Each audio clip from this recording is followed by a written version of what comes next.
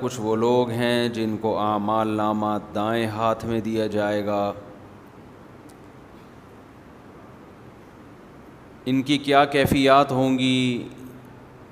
یہ اپنے اہل خانہ کی طرف لوٹیں گے اور کہیں گے اقرؤوا کتابیہ، لوگوں میرے اعمال نامے کو پڑھو.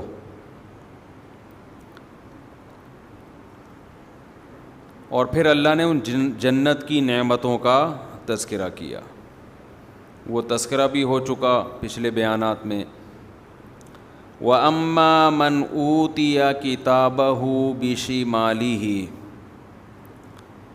آگے قرآن کہتا ہے کہ جس کو اعمال نامہ بائیں ہاتھ میں دیا گیا،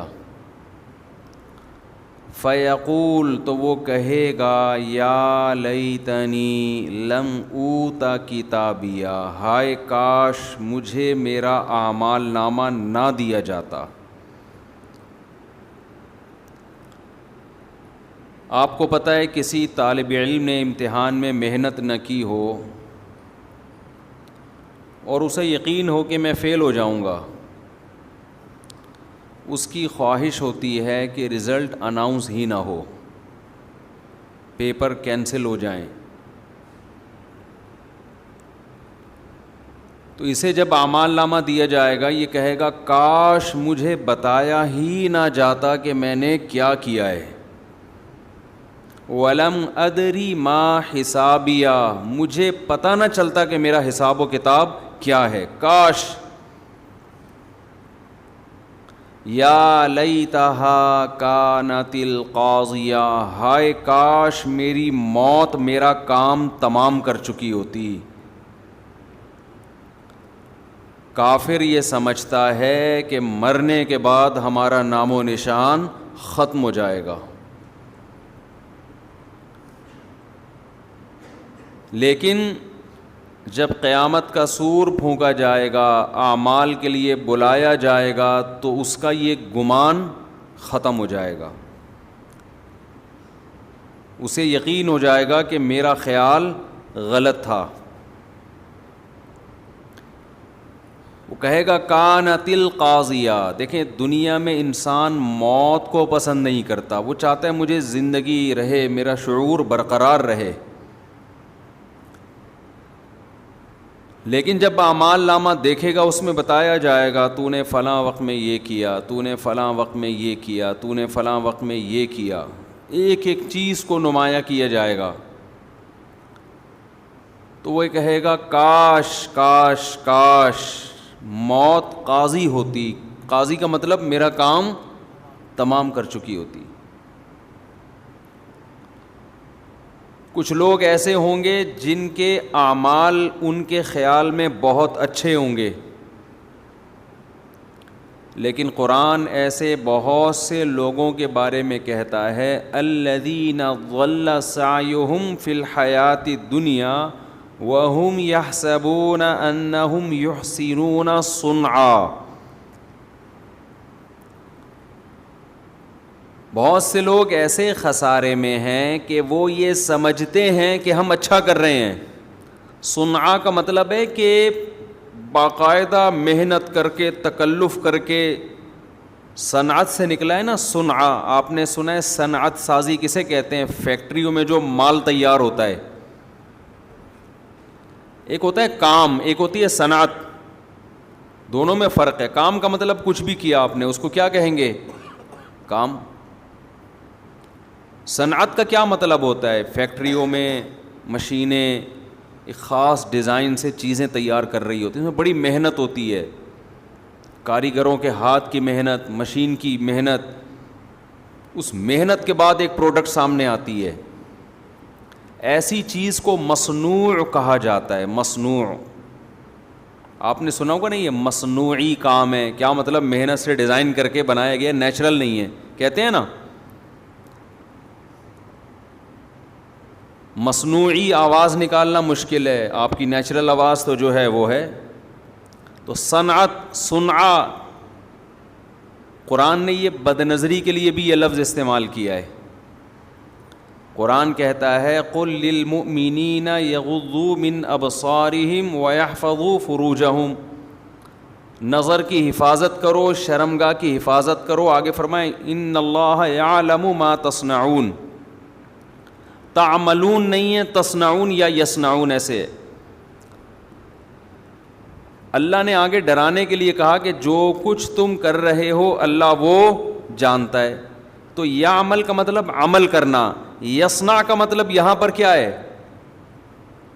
یہاں ہے جو صنعت سازی تم کر رہے ہو, اپنے عمل کو تکلف کر کے جو کچھ کر رہے ہو. اس میں اشارہ ہے کہ بد نظری کرنے والا اپنے لیے دلائل کے تانے بانے ملا کے اپنے ضمیر کو مطمئن کر کے برے کام کرتا ہے, وہ محنت کرتا ہے اس کے لیے, وہ یہ اتفاقی نہیں ہوتی. تو قرآن کہتا ہے یحسنون صنعا, بہت سے لوگ ایسے ہیں جن کا گمان ہے کہ وہ عمل کو احسان یعنی ایکسیلنسی پیدا کر رہے ہیں, اس میں محنت بھی کر رہے ہیں. یعنی دو چیزیں کر رہے ہیں وہ, ایک کمپنی پروڈکٹ تیار کر رہی ہے محنت کر کے, وہ عام عمل نہیں ہے, وہ بڑی محنت سے کاریگری کے ساتھ ہو رہا ہے.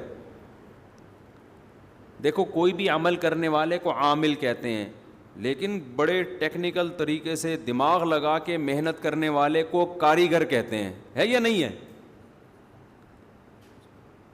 تو کچھ لوگ ایسے بدقسمت ہیں کہ بڑی کاریگری کر کے محنت کر کے عمل کر رہے ہیں, اور اس عمل میں بھی احسان یعنی ایکسیلنسی پیدا کر رہے ہیں, انتہائی عروج تک پہنچا رہے ہیں اس کو, لیکن اللہ کہہ رہے ہیں ان کے سارے عمل کیا ہو رہے ہیں؟ برباد. کچھ لوگ تو ایسے ہیں جو اچھا عمل کر ہی نہیں رہے نا, آپ ان سے پوچھیں آپ بہت اچھے ہو, کہتے ہیں ہم اچھے نہیں ہیں, ہم تو چرس پیتے ہیں, ہم تو یہ کرتے ہیں, ہم تو 1 نمبر کے بدماش ہیں, تو صاف کہتے ہیں. تو وہ تو ہیں ہی برے. لیکن قرآن کہہ رہا ہے کچھ ایسے لوگ بھی ہیں جن کا یہ خیال ہے کہ ہم اچھے نہیں ہیں بلکہ ہم کیا ہیں؟ بہت اچھے ہیں. لیکن قرآن کہہ رہے ہیں ان کی سعی اور کوشش کیا جا رہی ہے؟ برباد, بیکار. یہ کون لوگ ہیں؟ یہ وہ لوگ ہیں جنہوں نے اچھے کی ڈیفینیشن خود سے تراشی ہوئی ہے, اچھے کی ڈیفینیشن خود سے وضع کی ہے. یہ کہہ رہے ہیں ہم سے پوچھو اچھے کی ڈیفینیشن کیا ہے, ہم بتائیں گے, اور ہم اس معیار پہ پورے اترتے ہیں. بتائیں گے بھی آپ, اور پورے بھی کون اترتے ہیں؟ آپ اترتے ہیں اس. دنیا میں آج جتنے لبرل لوگ ہیں نا جو مذہب کو نہیں مانتے, انہوں نے خود تراشا ہوا ہے اچھائی کو. نماز کوئی نہیں پڑھتا, کہہ رہے ہیں کوئی بات نہیں, اچھا تو ہے نا, دل کا تو اچھا ہے, کسی کا دل تو نہیں دکھاتا. روزہ نہ رکھے کوئی بات نہیں یار, روزہ تو ایک پرسنل چیز ہے, بندہ تو ٹھیک ہے نا, ملک کے قوانین کو تو فالو کرتا ہے, ٹیکس تو دیتا ہے. تو آج جتنے اللہ کی نظر میں سب سے پہلے پتہ ہے کیا چیز مطلوب ہے؟ میرے غلام بن کے رہو. یہ مانو کہ کوئی خدا ہے جس نے ہمیں پیدا کیا. تبھی تو اللہ کو وہ گناہگار جو اللہ کے سامنے توبہ کرے وہ زیادہ پسند ہے اس نیک سے جو اللہ کے سامنے گڑ گڑاتا نہیں ہے. جس نیک میں یہ ہو کہ میں بہت اچھا ہوں, مجھے ضرورت ہی نہیں ہے معافی کی, اور مجھے کوئی اللہ کے سامنے جھکنے کی, میں تو بہت صحیح ہوں, میں بالکل فٹ فاٹ صحیح چل رہا ہوں, میں غریبوں کو کھانا بھی کھلاتا ہوں, میں یہ بھی کرتا ہوں, میں یہ بھی کرتا ہوں, میں تو ٹیکس بھی وقت پہ ادا کرتا ہوں. تو اللہ کی نظر میں ویلیو کس کی ہے؟ جو توبہ کرتا ہو, جو اللہ کے سامنے گڑ گڑاتا ہو. تبھی میں ایک بات کہتا ہوں, میں کیا بڑے بڑے علماء کہتے ہیں کہ دعا سے بڑی عبادت اسلام میں کوئی نہیں ہے. متکبر آدمی کے لیے سب سے مشکل کام گڑ گڑا کے دعا مانگنا ہے. متکبر جس کے دل میں اللہ سے تک کبر ہو, یعنی اللہ کے سامنے جھکتے ہوئے شرم آتی, اس کے لیے دنیا میں سب سے مشکل کام کیا ہے؟ گڑ گڑا کے دعا مانگنا. اس کو اس پہ موت آتی ہے, وہ کہتا ہے یار پیسے لے لو, میں اچھے کام کر لوں گا. ٹھیک ہے, وہ اللہ کو خوش کرنے کے لیے صدقے بھی کر دے گا, اللہ کو خوش کرنے کے لیے یہ بھی, کوئی مانگتے ہوئے اس کو موت آتی ہے کہ یار یہ کیا ہے, کہ کچھ مل تو رہا نہیں ہے. شرم بھی آتی ہے بعض لوگوں کو دعا مانگتے ہوئے. بعض لوگوں کو بھری محفل میں اللہ کا نام لیتے ہوئے شرم آتی ہے.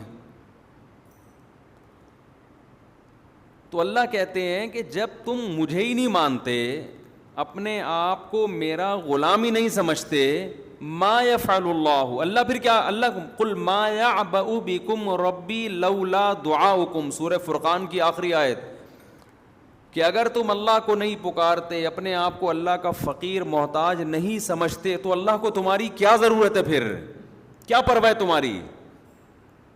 کرتے رہو, اچھے کام کر رہے ہو, دنیا کہے گی بہت اچھے بھائی, ایوارڈ مل جائے گا اور لوگوں کی تعریفیں ہو جائیں گی, اللہ کی نظر میں کوئی ویلیو نہیں.